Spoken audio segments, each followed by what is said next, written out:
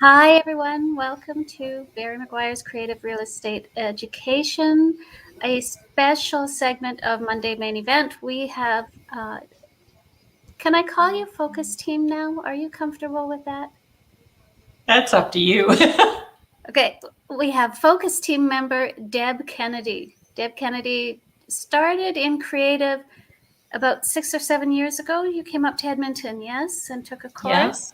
And then she just flew under the radar for the longest time. And then just little flashes of brilliance would show up every once in a while. We'd put her onto an investor spotlight at another focus workshop. The rest is history.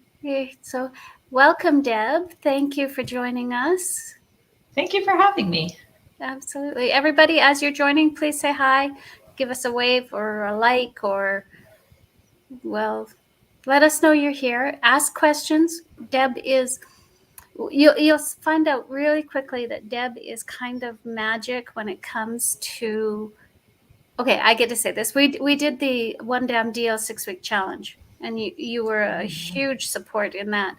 And you just see that she's got an approach and a system and a method that just it's inspiring. It's comforting because you're not slick. You're not a Tony Robbins type, although maybe a follower, and it's just comfy, and you're successful at it. You're great at it. So we will get started. So you are no, okay. I'm going to cheat. I have my notes here. You and your husband, 14 years in renovations. Yeah. Okay. Yeah, we left our jobs and our careers and started a business and figured it out as we went.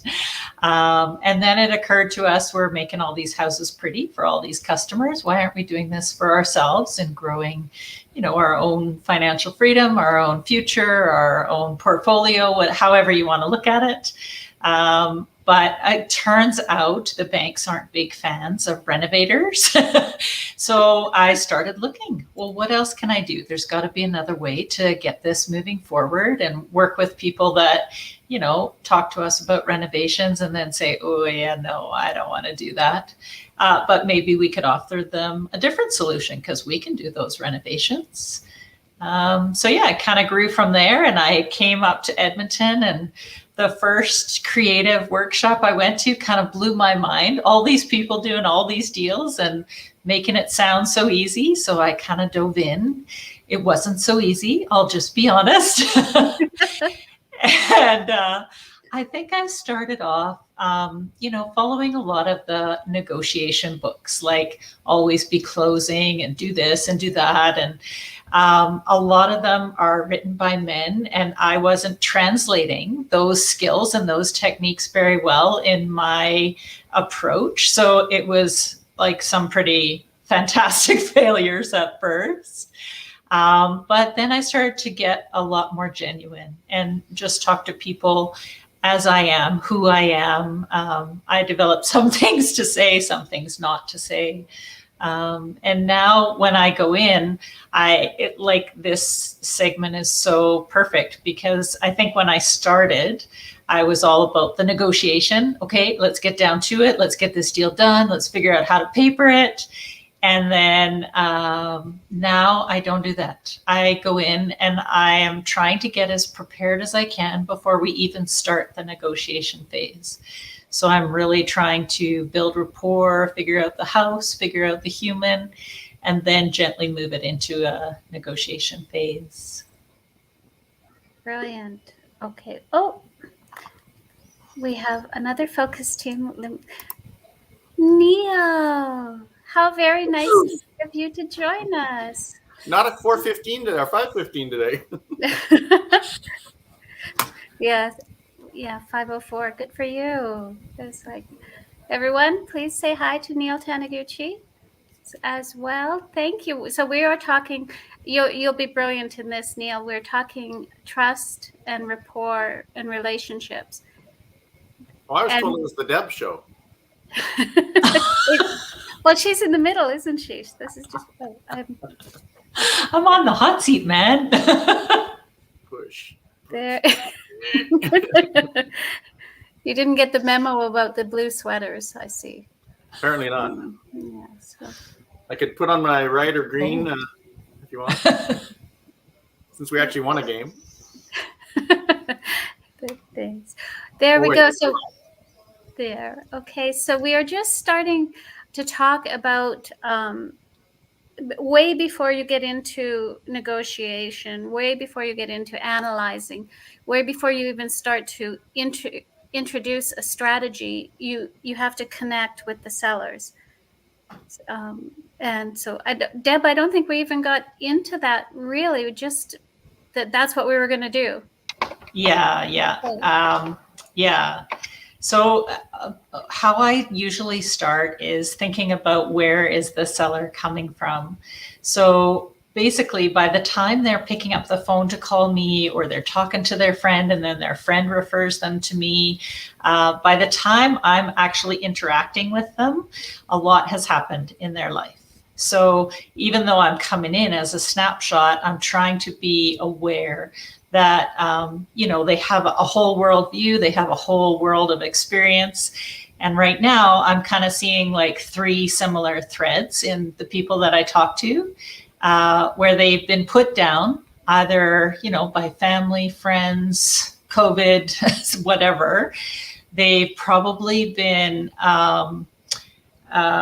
let down by a bunch of people too. So, for some people that's their life partner. It might be a work partner, like a business, might be their boss, whatever.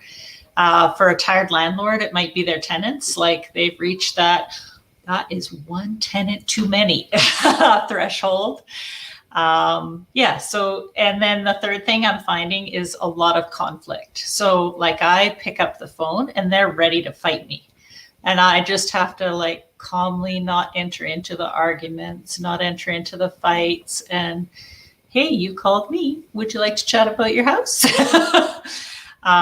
So those are kind of the 3 main things that I'm seeing with people.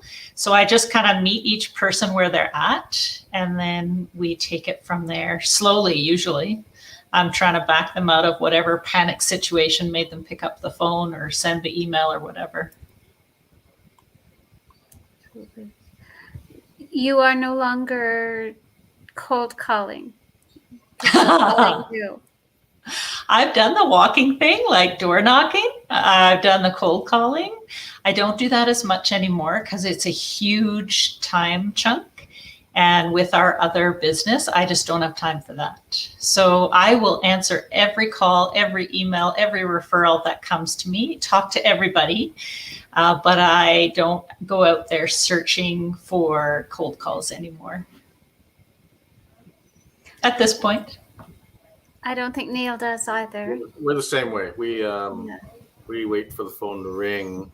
I think when I first started, and quite frankly, if you're just getting started, it might be a different thing until you can build some presence in a website or get some traction going and organic or even paid traffic to your site.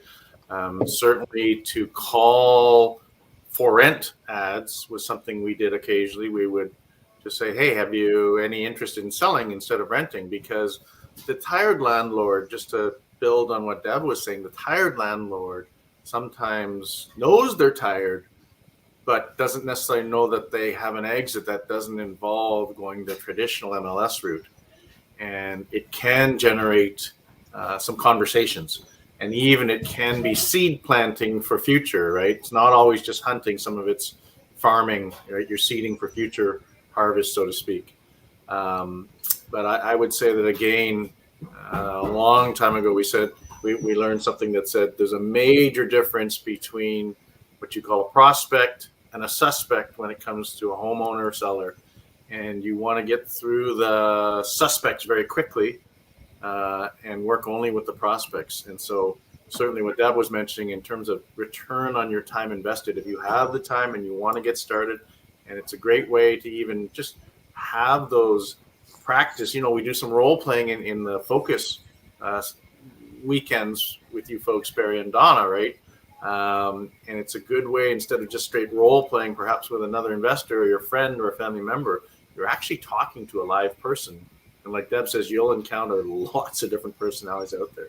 So yeah, I made some of those calls when we were first getting going, because if nothing else, it got you so that you were comfortable in asking questions and then dealing with, the objections that you hear back from a lot of people are fairly common.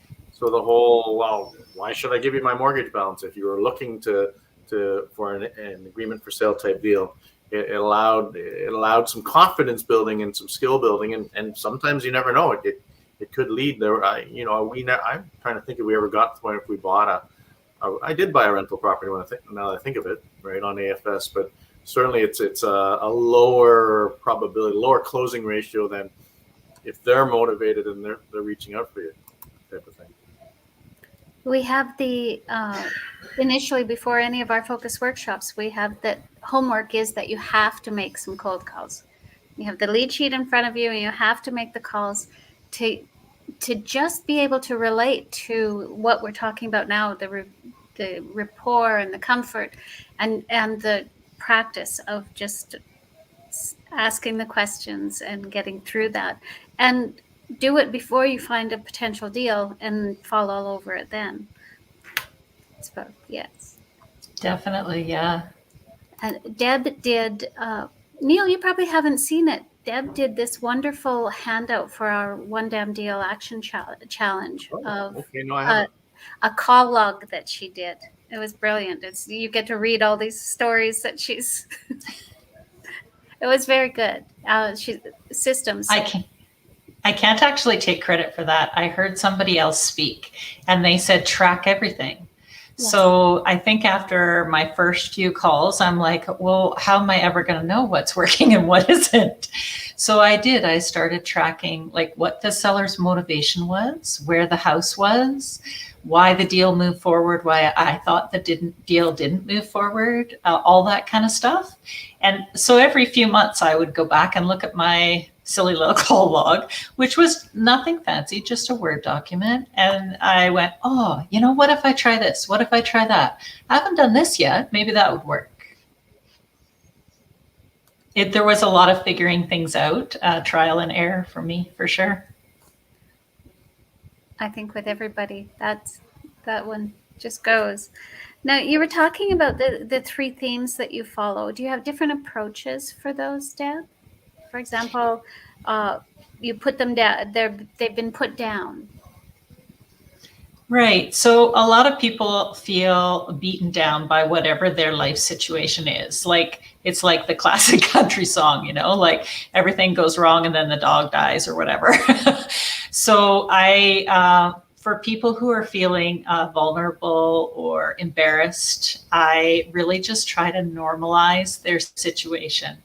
And my classic line right now is, you wouldn't believe how many people I talk to that are good people that have just had really crummy things happen to them over the last 7 years.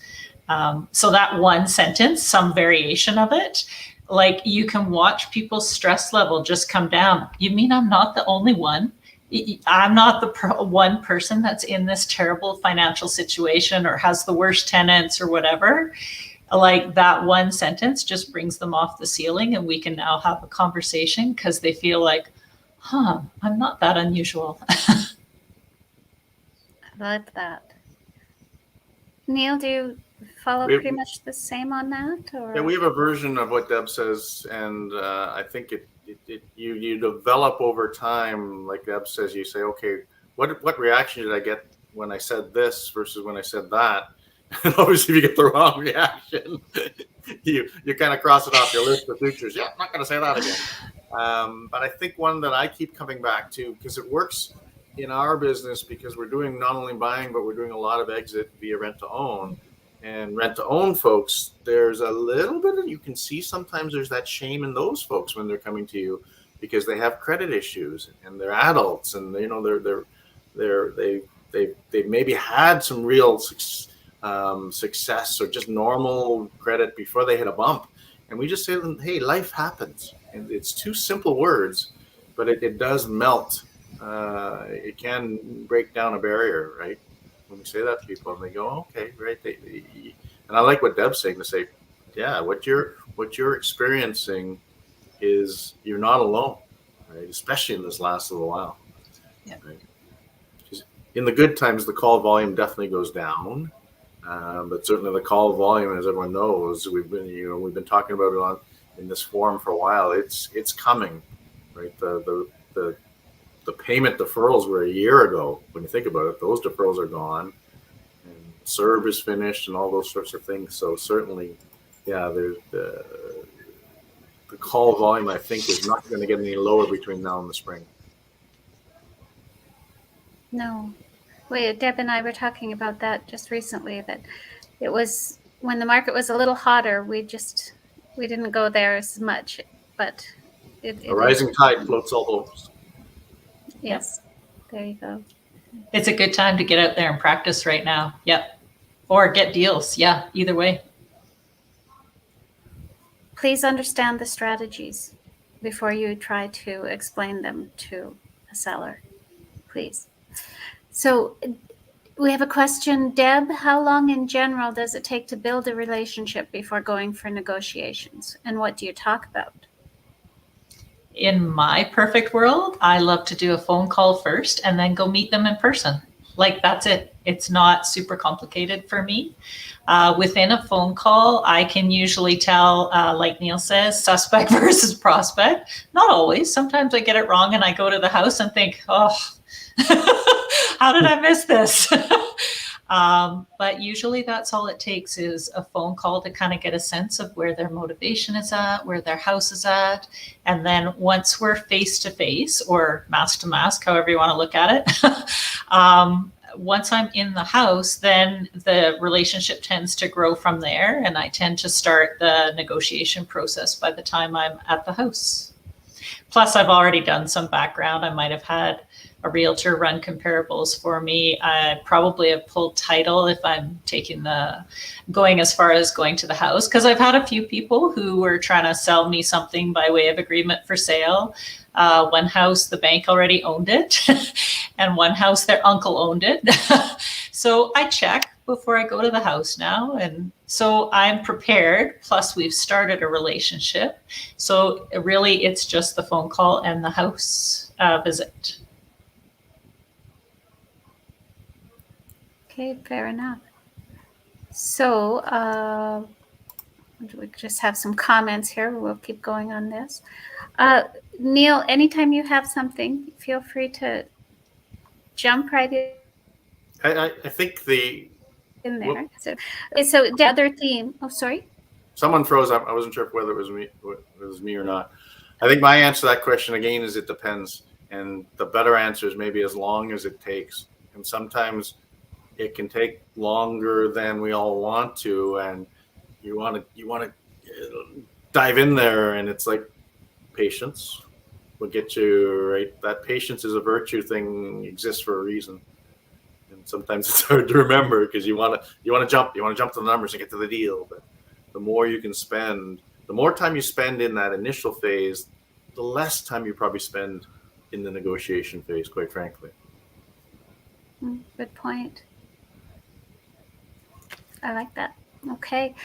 So another theme you have, Deb, that you see is people have been let down. So they've been put down or let down. And so are they coming from a point of disappointment or discouragement? Yeah, there's a lot of feelings that go with, depends on who let them down. But basically, I'm behind the 8 ball because I'm just another person that might let them down. So I understand that when I walk through the door, and I just very simply, I try very hard to do what I say I'm going to do. So if I said I was going to be there at 3, I'm there at 3.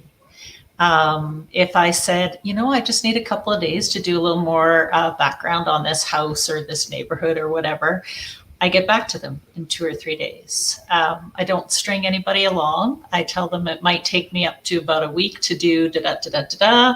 Then in a week, that's it. I'm not playing anymore. I leave the door open always, but I tell them, here's what I think you should try next, or why don't you come back to me when you've done such and such? Like, for example, there's a seller that I've been talking to recently.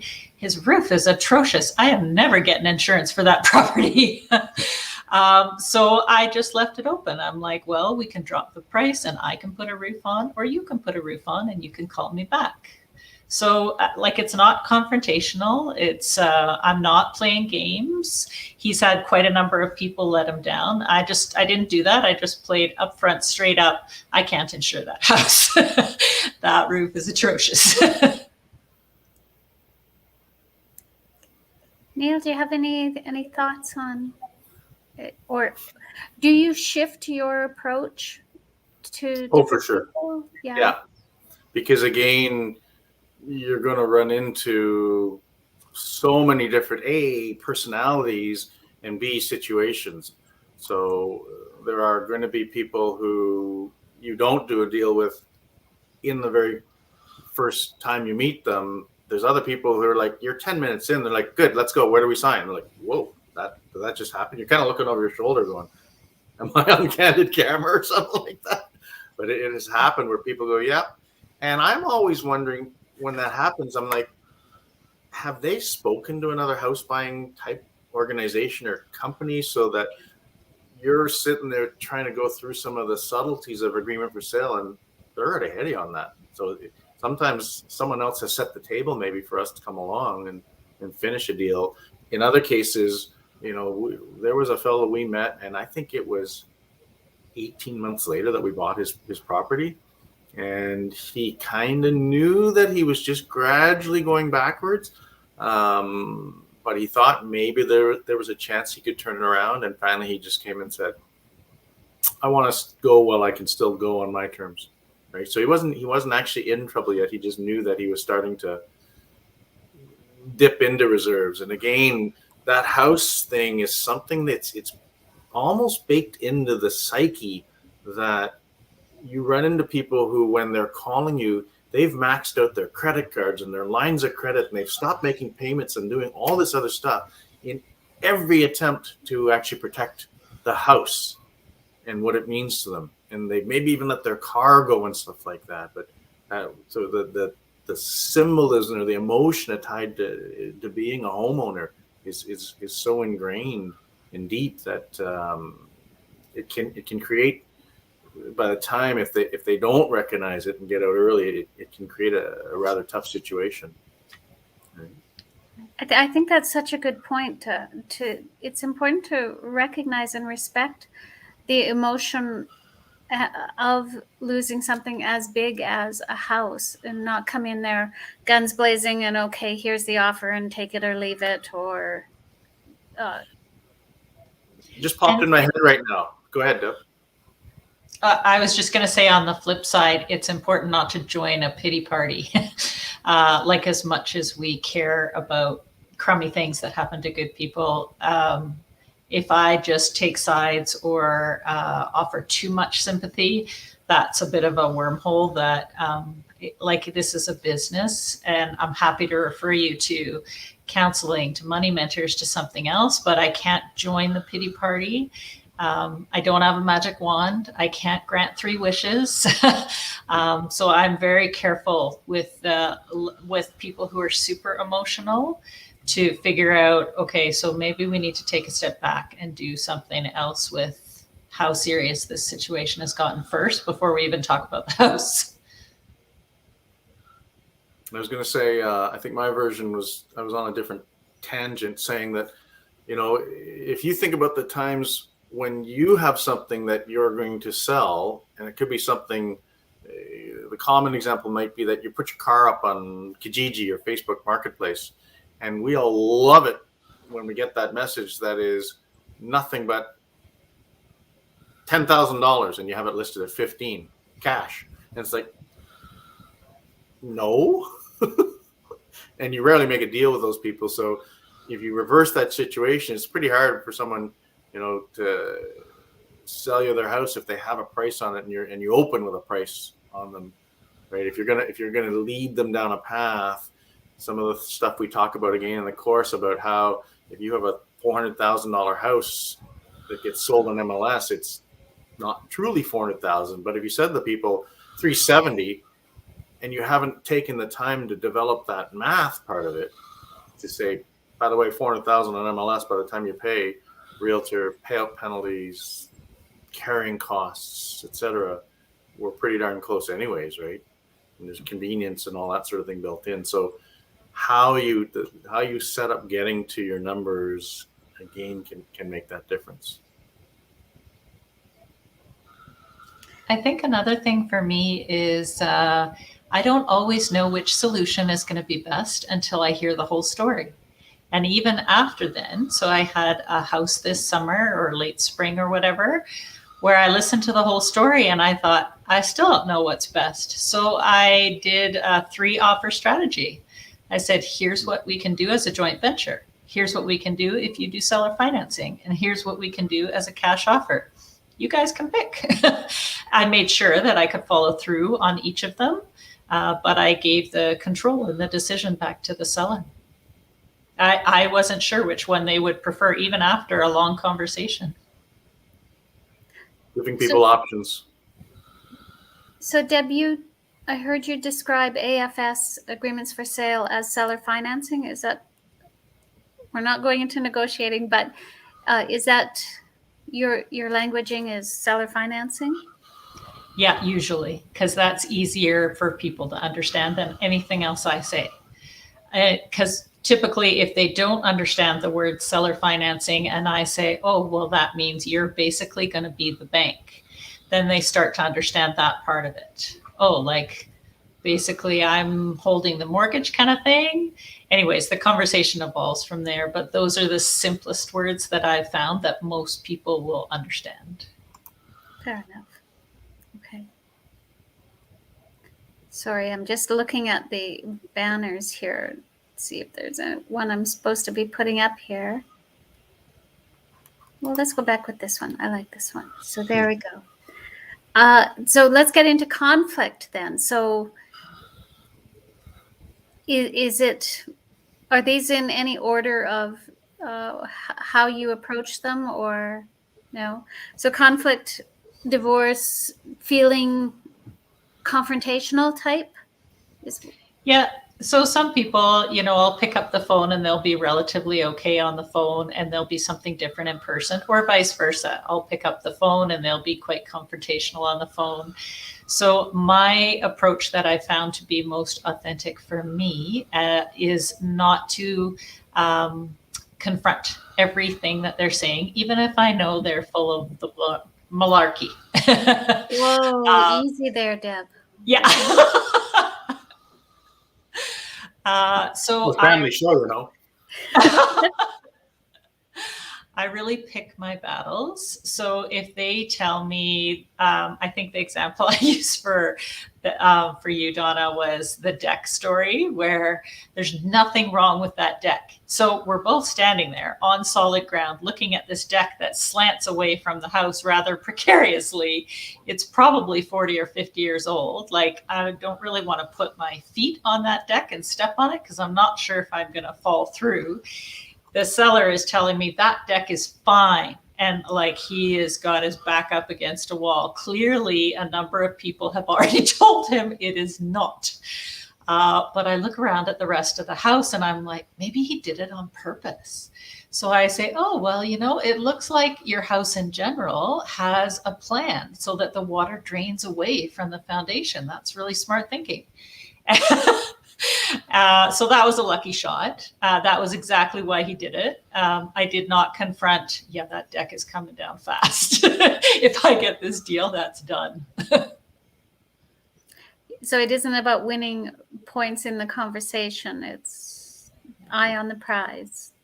Definitely. Yeah, and trying to find common ground and not taking the bait. If they're trying to pick a fight, like if they're fighting everything else, their banker, their boss, their wife, their kids, here comes another person. I guess I'm ready for a fight. No, you're not. I'm not taking that bait. You rarely make a deal with someone that you're still in conflict with, put it that way. So. Right. I wonder if there's a little victim mentality that goes in some of these too, where And how would you approach that if they?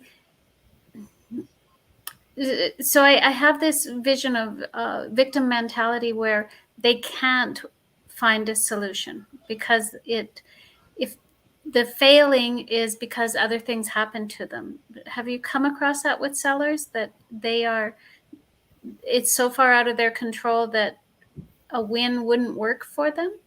Do you know what I mean? Or am I too a little out there? I think there's some people that have to choose between bad and worse. So if those are kind of their choices, then I might, as the conversation evolves, not at the beginning, but I might say, so what happens if you don't sell this house today or next week or in a month? And then what happens after that? What other choices have you thought of? Like, I try to bring them, because they've probably already worked through a number of solutions, right? And they'll probably tell me why everything doesn't work. But eventually you have to choose between bad and worse sometimes. I'm thinking about, if you're talking to a landlord who isn't quite sure that they want to sell yet, I will actually spend time suggesting them what the advantage of keeping their house is. Keep the house. You're going to benefit in the long run with mortgage pay down and hopefully some appreciation. And if you don't like dealing with tenants, you can look at hiring a property management company, if your cash flow allows it. And then you can maybe present a joint venture. But I say, well, I'm certainly not going to be the person to tell you that being a landlord's a bad thing, because that's how we earn our living, right? So you try and suggest to them that there are some other options besides yours. And again, it could be that, hey, it just might even be a realtor. You could get it sold more quickly. You could have a clean sale, et cetera, if you call the realtor, versus looking at this, taking over of payments and cashing out at a later date type of stuff. But again, people get down a certain path, and if you're listening and it seems to be there, then it's okay to keep going, right? Right. All right. I'm just want to keep talking, you guys, while I look and see if we have any more questions in here that I missed. I think for me, the hardest thing when I started was not making assumptions about people's motivation. So, probably everybody has those, like, that's your real reason? Like a story of, I would never have guessed that. So I don't know if you have any of those kind of stories, Neal. I'm sure you do. Yeah, sometimes the stuff you hear where you go, that's your, so, the hot button, as they call it. What's the prime motivator? And you listen to it, and you're like, okay, it's not why I would do something. But if it's, again, never think for the other person is great advice, because you just never know what's motivating them to move along. And again, don't question it. Don't assume it. Let them tell you, and maybe even echo it back to them, right? We talk about open-ended questions, so you're not just getting yes, no's. Tell me about that. Help me out a little here. And so again, and if you can truly say, okay, you're selling because I'm trying to think of a situation in our case where we had that. I'm sure there's one that'll come to me, right? But yeah, the stuff you hear over the years, it's just really bizarre at times. Do you do a call log? Do you keep track of everything, Neal, like Deb does?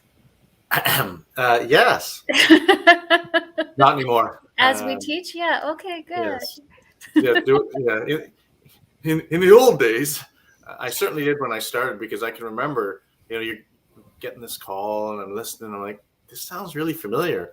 So then you're rifling sheets and you're like, oh, I spoke to this same seller over a year ago, and their story they're telling me is the same today.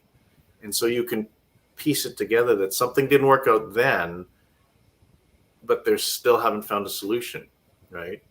And so, yeah, I used to, quite frankly, we're not getting a ton of calls right now compared to what I hear a lot of people are. I suspect I have a website issue that one of these days I might want to go look at.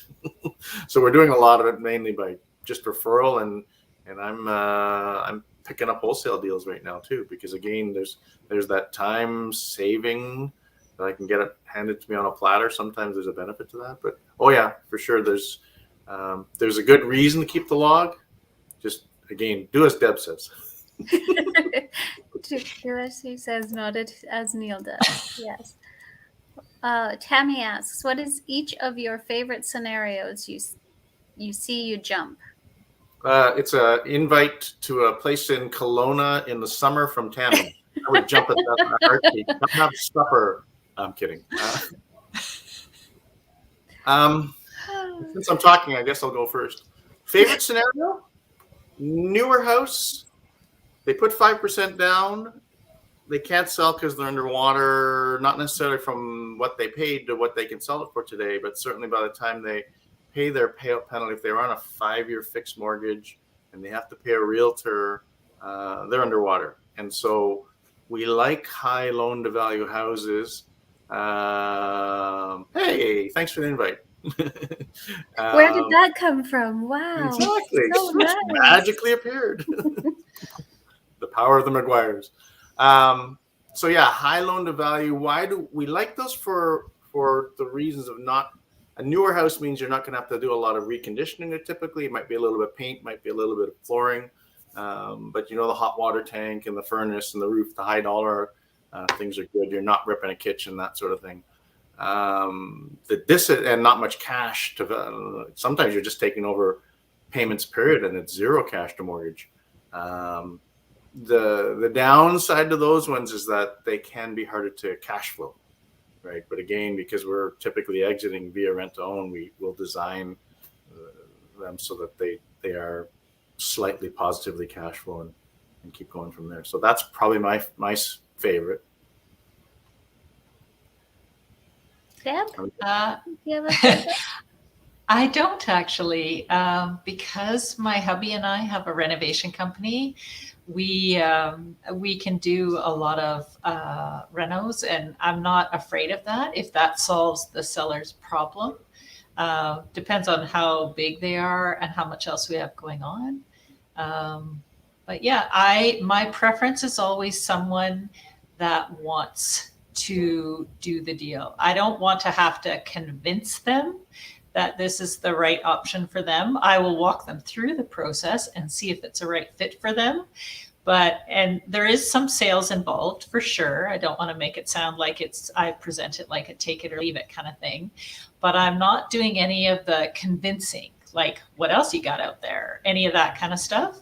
If they want to work with me, then that's great. That's half the battle. And really, I'm going to have to keep working with them for another 5-7 years, or maybe just a year if they're financing the house while I do renovations.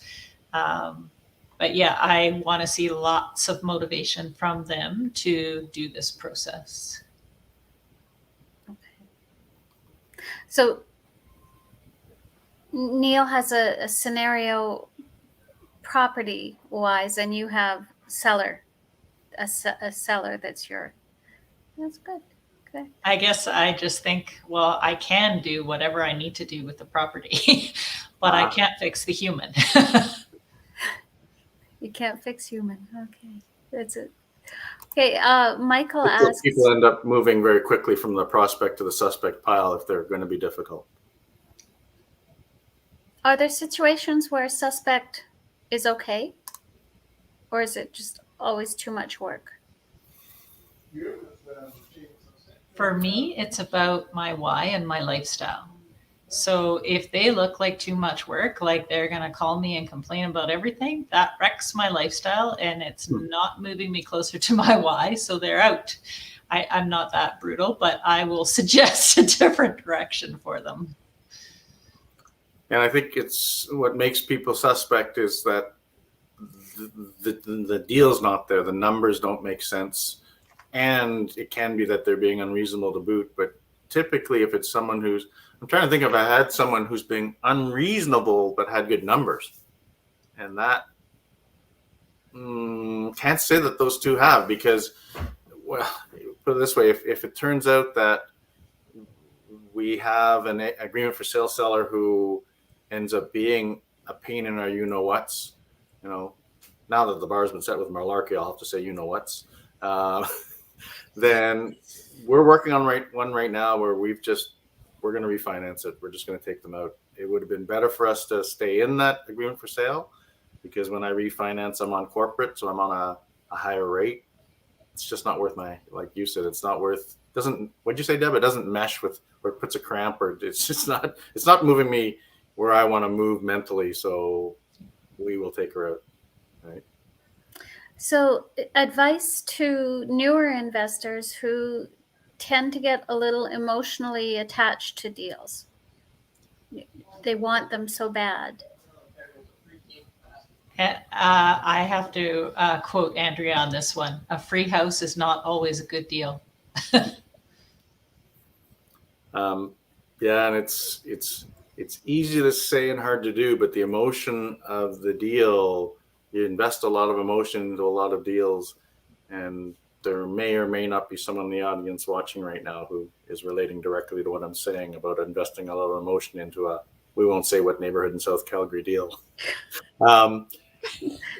You don't get them all, right? And it's about the resiliency. It's about knowing that it is a numbers game, that if you want to have 100% closing ratio in buying, then that means you're going to Walmart and putting stuff in your cart, and you're going to buy 100% of what you'd like to buy. But we've seen it for years. We used to say we knew when someone had come through town with an I Buy Houses type weekend seminar, because all of a sudden you'd get calls from people going, I'm setting up a wholesale business. I want to know if you want to be on my call list, or you'd see the bandit signs, or you'd see the Kijiji traffic go up.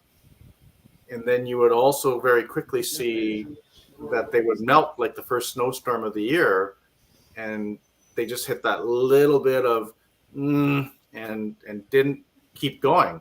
So the encouragement is always, if you want it, it's there. I've watched people in what you and Barry have done on it, in creating this forum for discussion and growth. It's so cool to watch the people who have, right? You're gonna get your nose bloodied. You're gonna get your palms dirty, so to speak, digging around.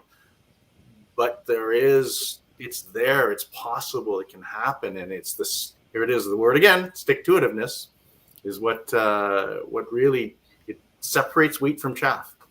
And if you want it, it's there for sure. So don't be discouraged, but it can be. I get that it can be discouraging, but it's about how the resiliency aspect, dusting off and moving on from that. Say, we used to have an expression, if you had can't remember my closing ratios anymore, but say you had a 10% closing ratio in cars, which meant, when you're new, that'd be maybe a good one for someone who's new. That means you had to talk to 9 more people before you got to your next deal on average. So you'd say to them, well, thanks for the $50, right? The people you didn't make a deal with. You have to look at, it was just a way to get through to the next one, right? The sooner I can get these ones I'm not closing out of the way, the sooner I'm going to get to the one. And it's not to say that you threw them out. You still followed them up diligently, and you tried to ingrain that. But again, that was the difference between really successful salespeople and just mediocre salespeople. The really successful ones were the ones who could go back and stay in touch with and do the proper follow-up in a way that did not upset the people they were talking to. Same, you're following up a home buyer and you phone them every time. So, say, Deb, you done anything yet with your house? No? Okay, click. Hey, Deb, have you done anything? At some point in time, Deb's going to go away, right? But if you have a reason to call them, then they'll be willing to listen to you. Hey, just wanted to let you know, you might want to think about, or I heard about this, or have you considered? Here's a new thought for you, right? So it's about generating conversation with them. Again, back to the relationship.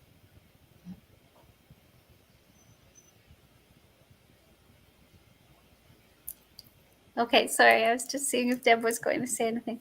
So you brought up closing numbers. So for people getting discouraged about doing the cold calls, calling the FSBOs or the landlords or any of that, how does the positive experiences that it's a further conversation, whether in person or you actually start to get numbers on deals. How does it compare to marketing and having people calling you off your website or off, not off referrals, because that's a completely different, but it's a total game changer when someone reaches out to you.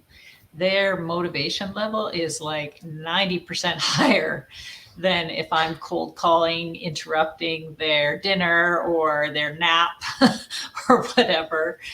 That's a game changer. If people are calling you, I take those calls very seriously. And yeah, always I'll pick up the phone at whatever time. So what's happening? Yeah, there's the very small percentage of those people who are well, I don't believe in what you're doing anyways. I think it's probably it's not real. It's not right, but I'm going to phone you anyways just to see. And yeah, I was right. It's not worth my time.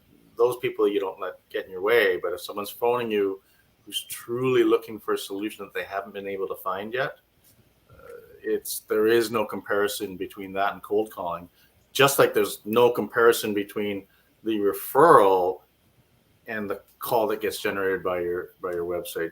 When you have a referral, it's a warm lead, so to speak. They already have been recommended. And you think about how you recommend, Don, I'm coming up to Edmonton in a month, and I need to take Linda out for a romantic supper because I'm trying to impress her. I'm in the doghouse. Can you help me out?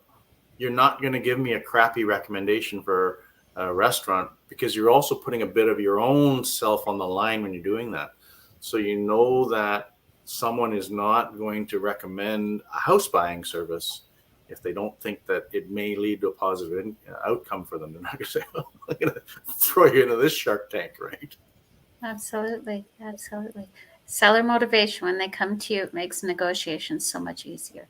Yes, Michael, that's absolutely. And the reason I bring that up is because maybe not next week, but a very soon Monday main event, we'll be talking about how to get the calls coming in. So stay tuned for that. That was our plug. That was okay. Michael asks, Deb, can you talk a little bit about the deal that you had in Okotoks? Sure.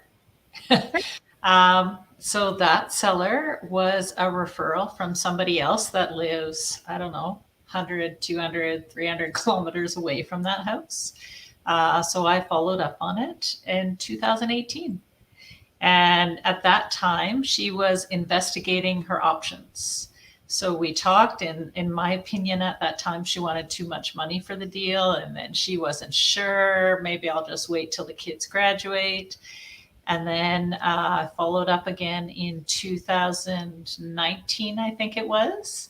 More motivation, more financial difficulty, but she still was, keeping her head above water. She was just, I don't really want to use a realtor because then I'm going to waste all this extra money that I don't really have.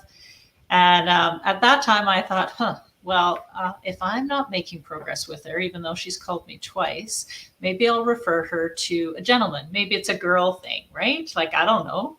So I had one of my colleagues go and talk to her, and he didn't make a lot of progress either. So we left it alone. And then March 2nd of 2021, she calls again. Only now she's got her first notice for foreclosure. Yeah. Third touch or whatever you call it. Yeah. And 3 years. Yeah. Wow. So now the bank was cranky because things hadn't been paid. Things have been deferred. There's a line of credit. There's a credit card.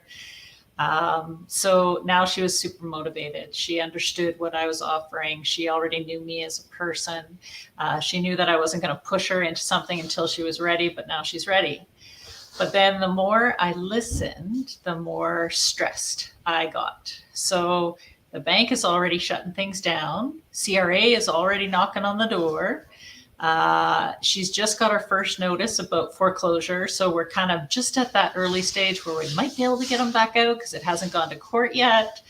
But I was worried about doing an agreement for sale with all these other things going on. And I knew that there was a $50,000 credit line, and I could not prove with any of the paperwork whether it was, what do you call that? Collateral charge, like attached to the house. I couldn't prove it without physically going to the bank and blowing my hand and saying, okay, so I'm thinking of buying this house by agreement for sale. What do you think? Is this line of credit attached, or do we have to pay that? So yeah. So anyways, I decided that it would be better as a cash deal because it was enough undervalue. And then, of course, March of this year, the ground literally shifted under our feet, where suddenly the house across the street sold for a much higher price than I even thought the house was worth. So now there's even more instant equity in the deal, but now you need to maybe flip it because it would be a high-end rent to own as an exit. Might cash flow as a rental, but it would be tight. So I started talking to people who were thinking of either doing the renovations and refinancing or doing the renovations and getting out and exiting. So I was looking for partners. I was looking for someone to wholesale the deal with. It didn't really matter to me because I believed in the numbers of that house. I would happily take it. And then I found someone that wanted the deal, and she bravely pursued it as an agreement for sale. So I released my contract. I think that's the right terminology. And she created her own agreement for sale contract. And that's how we did the deal. Excellent.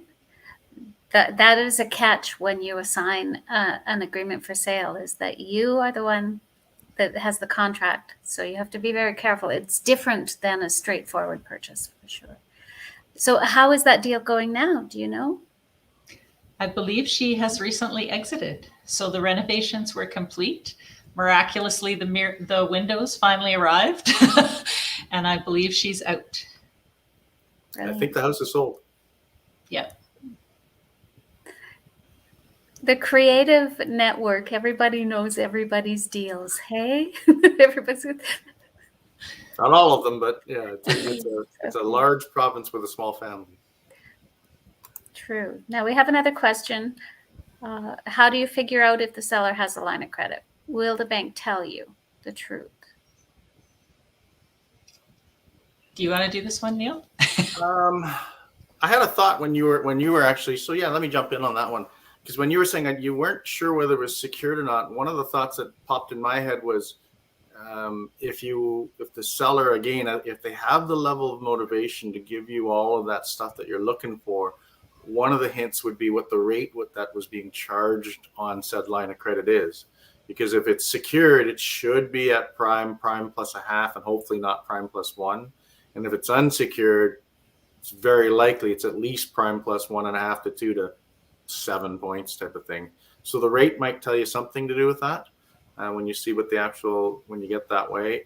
To figure out if the seller has a line of credit, that is actually a really good question, because we've kind of just relied in the past upon sellers telling us what's there and then backing it up with the statement.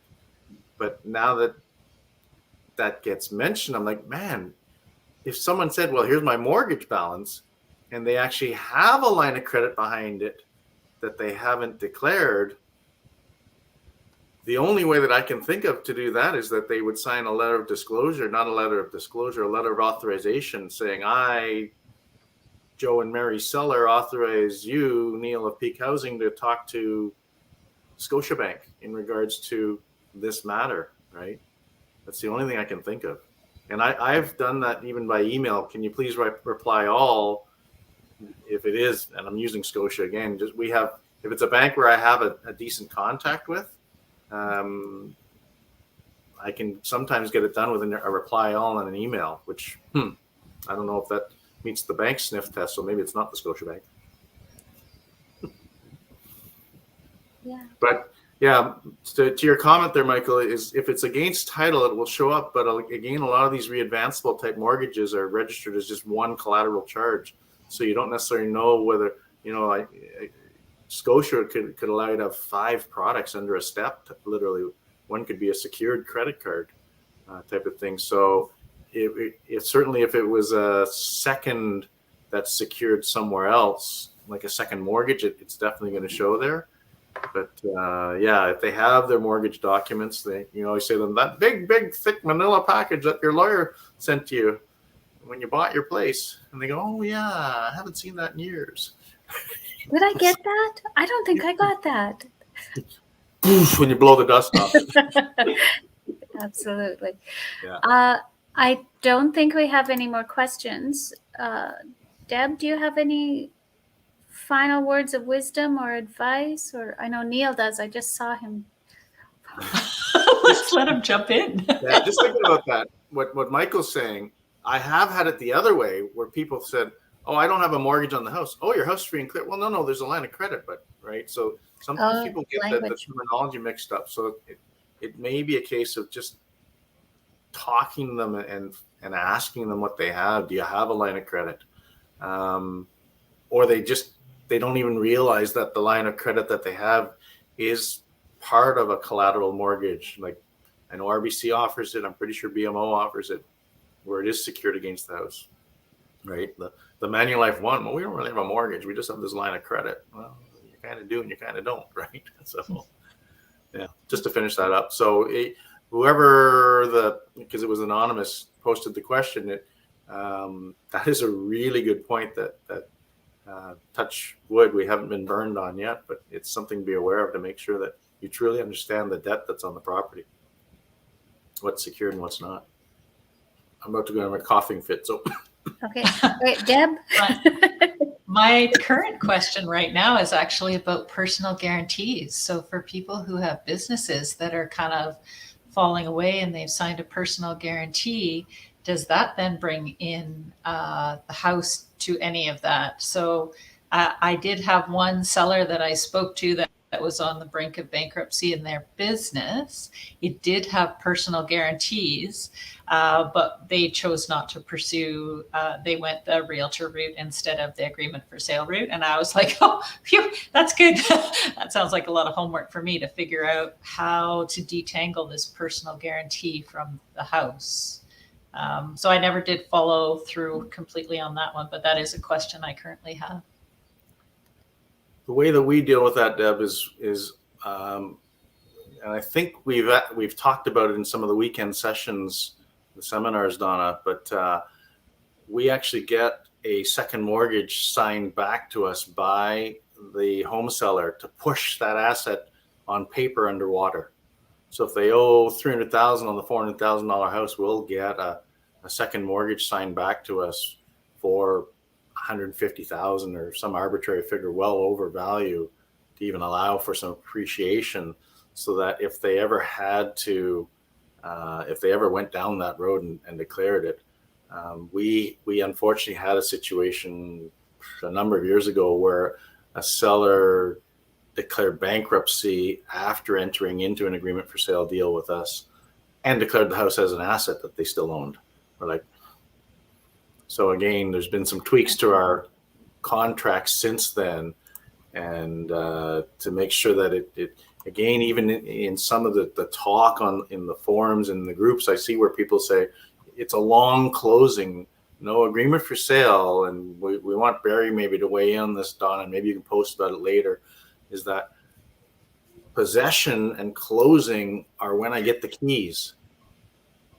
And the financing carries on, so the agreement for sale portion matures, but the deal's done. I own the house. I'm the oh man, I'm losing the term in my head. Beneficial. Thank you. Beneficial owner now, and our contracts have that. Did not used to have the word beneficial in them. The offer didn't have it, and the actual contract sent from lawyer to lawyer didn't have it. It definitely has it now, because the only thing that saved our bacon in that deal was that house of its own accord was underwater, just where it was in the market at the time in the condition. And so the trustee realized there wasn't there, and we had to hire a bankruptcy lawyer. And I think we threw the trustee like $2,500 just as a, here's some money so you can say to the creditors you recovered something out of the house. Can you please sign off? And they did. But I can't imagine if that house had $50,000 of equity in it, it would have been a mess. Well, that's not the light comments that I was hoping to close on, but such is creative real estate, I guess. There's still another 33 seconds if I'm using your timer up top. Oh. It's all yours. There you go. One thing about building rapport and relationship that didn't come up that I will talk about is when you see a divorce situation, Yes. one thing that I have said very clearly to parties up front is that, folks, I'm not here to pick sides, right? I understand that there's a disconnect between you two. I'm sorry about that. And it can actually allow you to be a go-between between the party. I won't speak to, no, I'm not asking you to. I'm not asking you to do anything. But, you know, and sometimes it can allow you to bridge the two people just enough to get a deal put together when you have some real acrimonious stuff happening between people. So that relationship building, sometimes you're not just building one, sometimes you're building two relationships with two now separated owners. And that can be fun. Or not. Yeah. I imagine that could be That's too difficult. big deal, right? Yeah. Yeah, that could be difficult. Well, okay. So I know that we spent a lot of time talking about it, but I feel like there's still a lot we didn't talk about with the trust and rapport and relationship before we get into negotiation. How important it is to be the softer but strong. This is a business. I think it's a really fine balance, and I admire both of you, your ability to do this. I'm too soft. I know I am. I just can't. But I do applaud you guys for being able to do what we tell you to do. Just do what Donna says. So, the world would be so much easier. Do what Deb and Donna say. Yeah. Okay, we'll bring Deb in too. Absolutely. Thank you so much, everyone, for joining us. Deb and Neal, as always. Deb, we'll have to have you on more often. What do you guys think? You want more Deb? I want more Deb. I like your approach, Deb. It's just so real. So there you go. We got a thumbs up. So we will keep it up. Thank you so much. We will see you again soon. Thanks, Donna. Thank you all. Take care. Have a great week, everyone. Take care. Now I got to figure out how to end this too. There it is. Okay. Bye, everyone. And